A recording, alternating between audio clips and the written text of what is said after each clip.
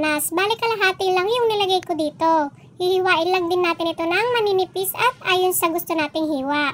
Pwede rin namang ilagay nyo na yung isang buong mansanas. Siyempre, hindi mawawala itong ating kamatis. Naglagay lang ako dito ng 2 piraso.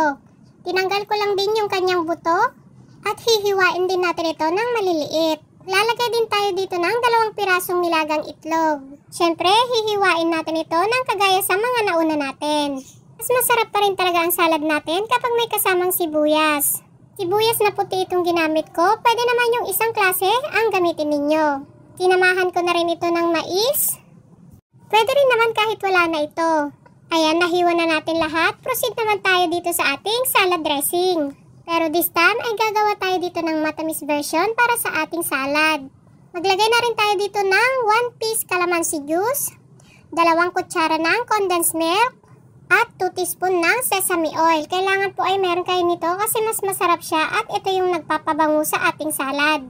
Then maglalagay din tayo dito ng 1/2 teaspoon ng asin at 1/2 teaspoon ng paminta. Halu-haluin lang natin hanggang mag-well incorporate na lahat yung ating ingredients. Ayan, okay na ito. Set aside muna natin. Kuha lang tayo dito ng medyo malaking bowl. Then, pagsamahin na natin lahat yung ating mga ingredients. Yung ating pipino, mansanas, mais, kamatis, at white onion.